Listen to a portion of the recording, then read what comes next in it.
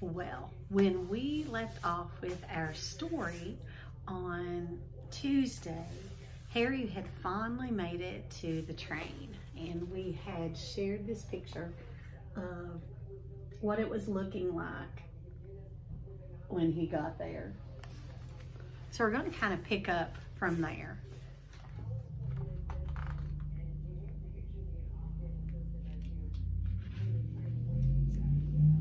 It says, Harry felt a great leap of excitement. He didn't know what he was going to, but it had to be better than what he was leaving behind. The door of the compartment slid open and the youngest red-headed boy came in. "Anyone sitting there?" he asked, pointing at the seat opposite Harry. "Everywhere else is full." And Harry shook his head, and the boy sat down. And he glanced at Harry and then looked quickly out of the window, pretending he hadn't looked. Harry saw he still had a black mark on his nose. "Hey, Ron." The twins were back. "Listen, we're going down the middle of the train. Lee Jordan's got a giant tarantula down there." "Right," mumbled Ron. "Harry," said the other twin, "did we introduce ourselves?" "Fred and George Weasley, and this is Ron, our brother." "See you later then." "Bye," said Harry and Ron. And the twins slid the compartment door shut behind them. "Are you really Harry Potter?" Ron blurted out, and Harry nodded. "Oh, well, I thought it might be one of Fred and George's jokes," said Ron. "And have you really got, you know?" He pointed at Harry's forehead, and Harry pulled back his fringe to show the lightning scar, and Ron stared. "So that's where, you know who?" "Yes," said Harry, "but I can't remember it." "Nothing?" said Ron eagerly. "Well, I remember a lot of green light, but nothing else." "Wow," said Ron. And he sat and stared at Harry for a few minutes, and then, as though he had suddenly realized what he was doing, he looked quickly out of the window again. "Are all your family wizards?" asked Harry, who found Ron just as interesting as Ron found him. Yes, I think so," said Ron. "I think Mum's got a second cousin who's an accountant, but we never talk about him."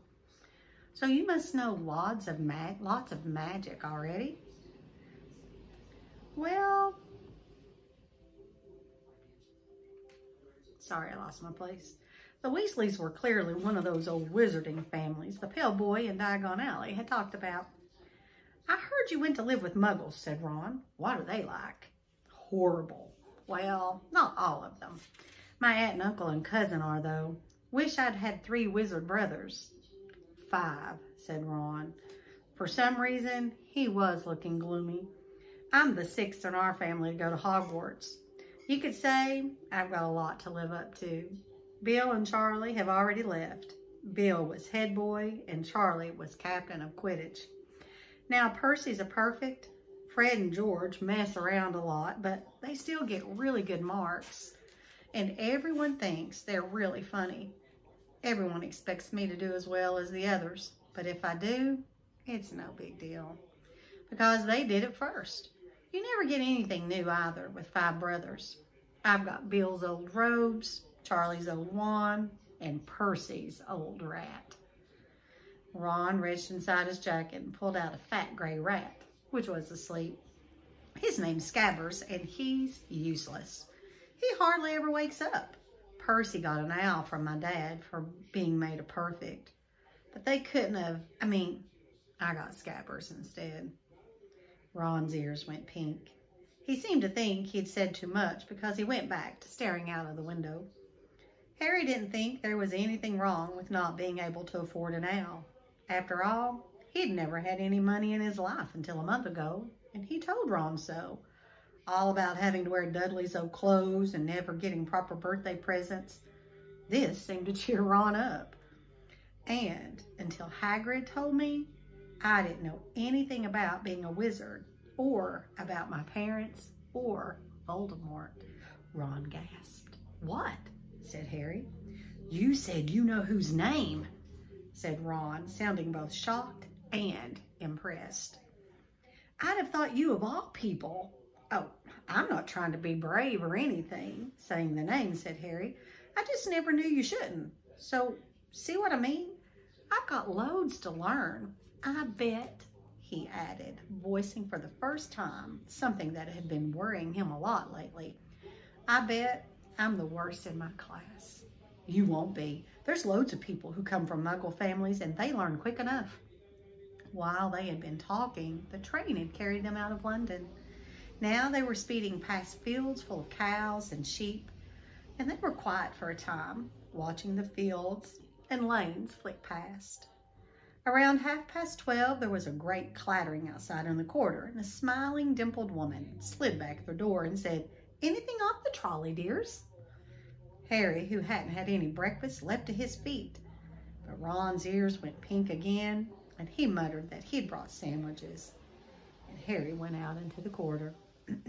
He had never had any money for sweets with the Dursleys, and now that he had pockets rattling with gold and silver, he was ready to buy as many Mars bars as he could carry. But the woman didn't have Mars bars.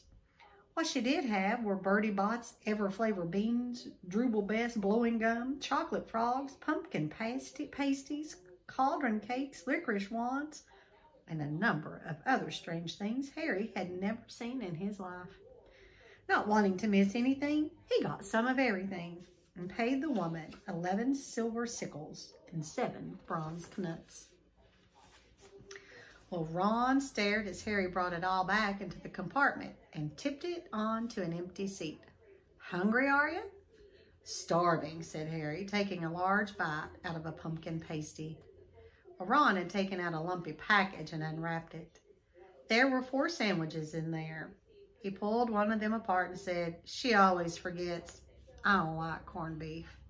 Swap you for one of these," said Harry, holding up a pasty. "Go on." "You don't want this. It's all dry," said Ron. "She hasn't got much time," he added quickly. "You know, with 5 of us." "Go on, have a pasty," said Harry, who had never had anything to share before, or, indeed, anyone to share it with. It was a nice feeling, sitting there with Ron, eating their way through all Harry's pasties and cakes. The sandwiches lay forgotten. "What are these?" Harry asked Ron, holding up a pack of chocolate frogs. "They're not really frogs, are they?" He was starting to feel that nothing would surprise him. "No," said Ron, "but see what the card is. I'm missing Agrippa." "What?" "Oh, of course, you wouldn't know. Chocolate frogs have cards inside them, you know, to collect famous witches and wizards. I've got about 500, but I haven't got Agrippa or Ptolemy." Well, Harry unwrapped his chocolate frog and picked up the card. It showed a man's face. He wore half-moon glasses and had a long, crooked nose and flowing silver hair, beard and mustache. Underneath the picture was the name Albus Dumbledore. "So this is Dumbledore," said Harry. "Don't tell me you've never heard of Dumbledore," said Ron. "Can I have a frog? I might get Agrippa, thanks." And Harry turned over his card and read, "Albus Dumbledore, currently headmaster of Hogwarts, considered by many the greatest wizard of modern times. Professor Dumbledore is particularly famous for his defeat of the dark wizard Grindelwald in 1945, for the discovery of the 12 uses of dragon blood, and his work on alchemy with his partner, Nicholas Flamel. Professor Dumbledore enjoys chamber music and 10-pin bowling." And this is what the trading card looked like. It must be sort of like a baseball card with all the stats and stuff on the back. So that's what he's looking at. Well, Harry turned the card back over and saw to his astonishment that Dumbledore's face had disappeared. "He's gone." "Well, you can't expect him to hang around all day," said Ron. "He'll be back." "No, I've got Morgana again, and I've got about 6 of her. Do you want it? You can start collecting." Ron's eyes strayed to the pile of chocolate frogs waiting to be unwrapped. "Help yourself," said Harry. But in, you know, the Muggle world, people just stay put in photos. "Do they? What, they don't move at all?" Ron sounded amazed. "Weird." Well, Harry stared as Dumbledore sidled back into the picture on his card and gave him a small smile. Ron was more interested in eating the frogs than looking at the famous witches and wizards cards. But Harry couldn't keep his eyes off them. Soon he had not only Dumbledore and Morgana, but Hengst of Woodcroft, Albrecht, Grunion, Cersei, Parmesan, and Merlin. He finally tore his eyes away from the Drudy's Cleodona, who was scratching her nose to open a bag of Bertie's Bott's every flavor beans. You want to be careful with those, Ron warned Harry. When they say you're every flavor, they mean every flavor. You know, you get all the ordinary ones like chocolate and peppermint and marmalade, but then you can get spinach and liver and tripe. George reckons he got a boogie flavored one once. Well, Ron picked up a green bean and looked at it carefully and bit into a corner. Ugh, see, sprouts. Well, they had a good time eating the ever-flavor beans. Harry got toast, coconut, baked bean, strawberry, curry, grass, coffee, sardine, and was even brave enough to nibble the end of a funny gray one Ron wouldn't touch, which turned out to be pepper. Must be like jelly beans, is what I'm thinking. The countryside now flying past the window was becoming wilder. The neat fields had gone, and now there were woods, twisting rivers, and dark green hills. Well, there was a knock on the door of their compartment, and the round-faced boy Harry had passed on platform 9 3/4 came in. He looked tearful. "Sorry," he said, "but have you seen a toad at all?" When they shook their heads, he wailed, "I've lost him. He keeps getting away from me." "He'll turn up," said Harry. "Yes," said the boy miserably, "but, well, if you see him," and then he left. "Don't know why he's so bothered," said Ron. "If I'd brought a toad, I'd lose it as quick as I could. Mind you, I brought Scabbers, so I can't talk." Here's a picture of Ron eating all that food with the Scabbers on his head.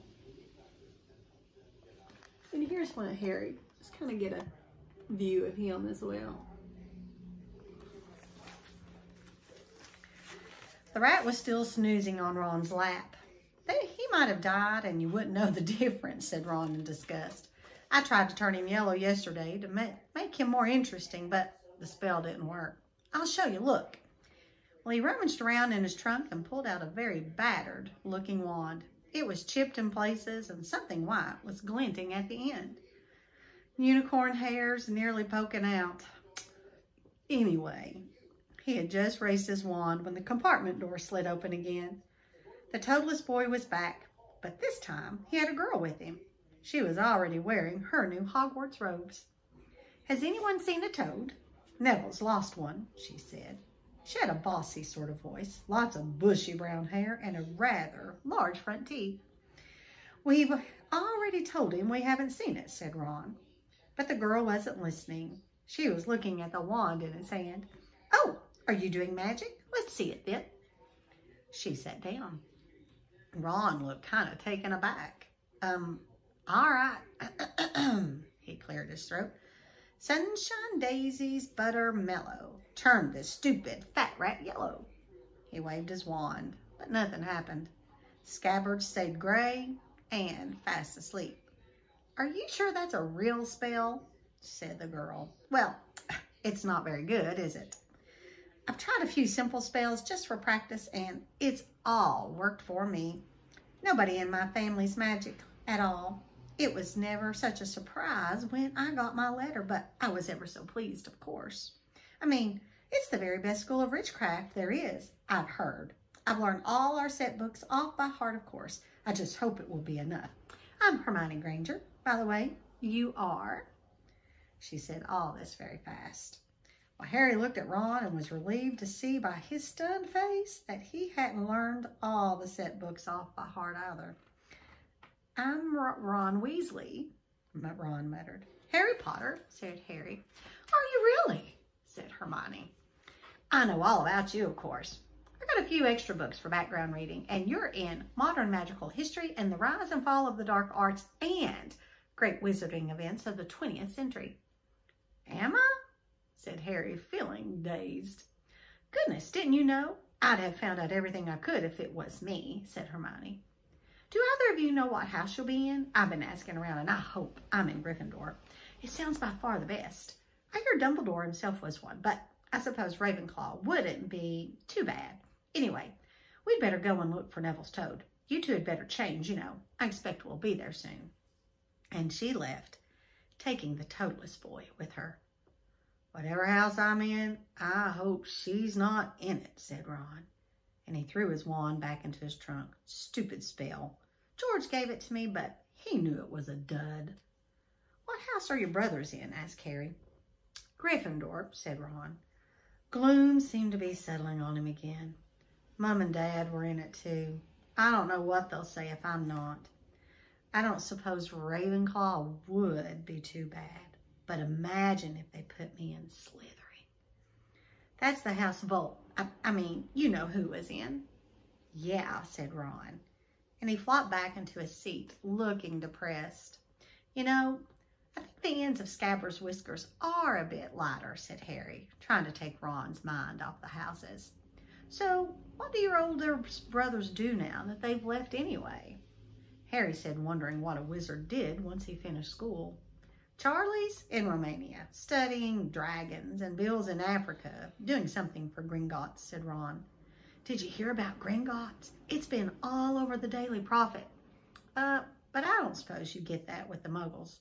Someone tried to rob a high-security vault. Harry stared. Really? What happened to them? Nothing. That's why it's such big news. They haven't been caught. My dad says it must have been a powerful dark wizard to get around Gringotts, but they don't think they took anything. That's what's odd. Of course, everyone gets scared when something like this happens, in case you know who's behind it. Harry turned this news over in his mind. He was starting to get a prickle of fear every time you know who was mentioned. He supposed this was all part of entering the magical world, but it had been a lot more comfortable saying Voldemort without worrying. What's your Quidditch team? Ron asked. I don't know any, Harry confessed. What? Ron looked dumbfounded. Oh, you wait. It's the best game in the world. And he was off, explaining all about the 4 balls and the positions of the 7 players, describing famous games he'd been to with his brothers, and the broomstick he'd like to get if he had the money. He was just taking Harry through the finer points of the game when the compartment door slid open yet again. But it wasn't Neville, the toadless boy, or Hermione Granger this time. 3 boys entered, and Harry recognized the middle one at once. It was the pale boy from Madame Malkin's robe shop. He was looking at Harry with a lot more interest than he'd shown back in Diagon Alley. Is it true? He said. They're saying all down the train that Harry Potter's in this compartment. So it's you, is it? Yes, said Harry. He was looking at the other boys. Both of them were thick-set and looked extremely mean. Standing either side of the pale boy, they looked like bodyguards. Oh, this is Goyle, said the pale boy carelessly, noticing where Harry was looking. And my name's Malfoy, Draco Malfoy. Ron gave a slight cough, which might have been hiding a snigger. Draco Malfoy looked at him. Think my name's funny, do you? No need to ask who you are. My father told me all the Weasleys have red hair, freckles, and more children than they can afford. And he turned back to Harry. You'll soon find out some wizarding families are much better than others, Potter. You don't want to go making friends with the wrong sorts. I can help you there. He held out his hand to shake Harry's, but Harry didn't take it. I think I can tell who the wrong sort are for myself. Thanks, he said coolly. Draco Malfoy didn't go red, but a pink tinge appeared in his pale cheeks. I'd be careful if I were you, Potter, he said slowly. And unless you're a bit politer, you'll go the same way as your parents. They didn't know what was good for them either. You hang around with riffraff like the Weasleys and that Hagrid, and it'll rub off on you. Both Harry and Ron stood up. Ron's face was as red as his hair. "Say that again," he said. "Oh, you're going to fight us, are you?" Malfoy sneered. "Unless you get out now," said Harry more bravely than he felt, because Crabbe and Goyle were a lot bigger than him or Ron. "But we don't feel like leaving, do we, boys? We've eaten all our food, and you still seem to have some." And Goyle reached toward the chocolate frogs next to Ron, and Ron leapt forward. But before he'd so much as touched Goyle, Goyle let out a horrible yell. Scabbers the rat was hanging off his finger, sharp little teeth sunk deep into Goyle's knuckles. Well, Crabbe and Malfoy backed away as Goyle swung Scabbers round and round, howling. And when Scabbers finally flew off and hit the window, all three of them disappeared at once. Perhaps they thought there were more rats lurking among the sweets, or perhaps they'd heard footsteps, because a second later, Hermione Granger had come in. "What has been going on?" she said, looking at all the sweets all over the floor, and Ron picking up Scabbers by his tail. "I think he's been knocked out," Ron said to Harry, and he looked closer at Scabbers. "No, I don't believe it. He's gone back to sleep." And so he had. "You've met Malfoy before?" Harry explained about their meeting in Diagon Alley. "I've heard of his family," said Ron darkly. "They were some of the first to come back to our side after you-know-who disappeared. Said they'd been bewitched. My dad doesn't believe it. He says Malfoy's father didn't need an excuse to go over to the dark side." And he turned to Hermione. "Can we help you with something?" "You'd better hurry up and put your robes on. I've just been up the front to ask the driver, and he says we're nearly there. You haven't been fighting, have you? You'll be in trouble before we even get there." "Scabbers has been fighting, not us," said Ron, scowling at her. "Would you mind leaving while we change?" "All right. I only come in here because people outside are behaving very childishly, racing up and down the corridors," said Hermione in a sniffy voice. "And you've got dirt on your nose, by the way. Did you know?" Ron glared at her as she left, and Harry peered out the window. It was getting dark, and he could see mountains and forest under a deep purple sky, and the train did seem to be slowing down. He and Ron took off their jackets and pulled on their long black robes, and Ron's were a bit short for him. You could see his trainers underneath. Trainers are tennis shoes. And a voice echoed through the train. "We will be reaching Hogwarts in 5 minutes' time. Please leave your luggage on the train. It will be taken to the school separately." Harry's stomach lurched with nerves, and Ron, he saw, looked pale under his freckles. And they crammed their pockets with the last of the sweets and joined the crowd thronging the corridors. The train slowed right down and finally stopped. People pushed their way toward the door and out onto a tiny, dark platform. Harry shivered in the cold night air, and then a lamp came bopping over the heads of the students, and Harry heard a familiar voice.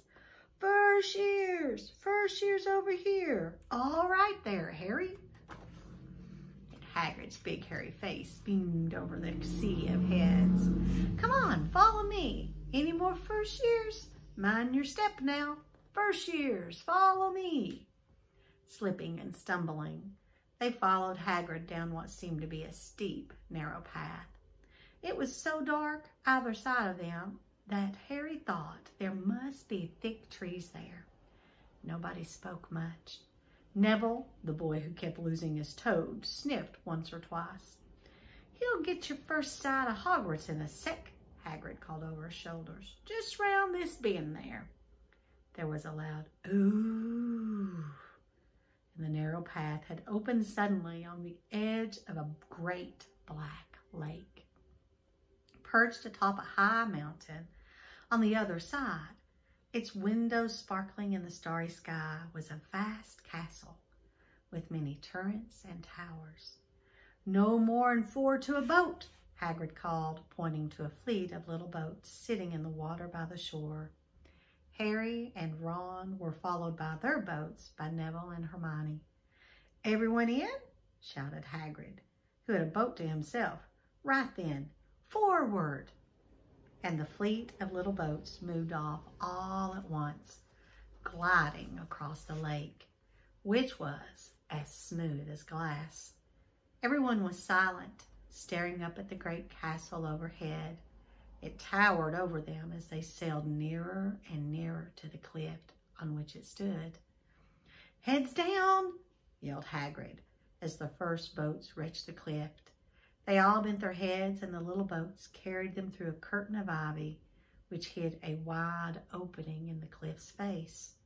And they were carried along a dark tunnel which seemed to be taking them right underneath the castle, until they reached a kind of underground harbor where they clambered out on to rocks and pebbles. "Oi, you there! Is this your toad?" said Hagrid, who was checking the boats as people climbed out of them. "Trevor!" cried Neville, blissfully holding out his hands. Then they clambered up a passageway in the rock after Hagrid's lamp, coming out at last onto smooth, damp grass, right in the shadow of the castle. They walked up a flight of stone steps and crowded around the huge oak front door. "Everyone here?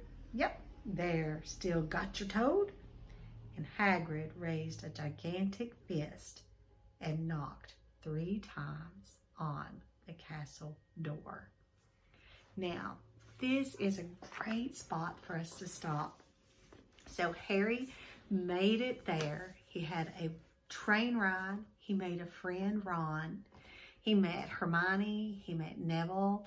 And he met Malfoy, or Draco, and 2 of Draco's friends.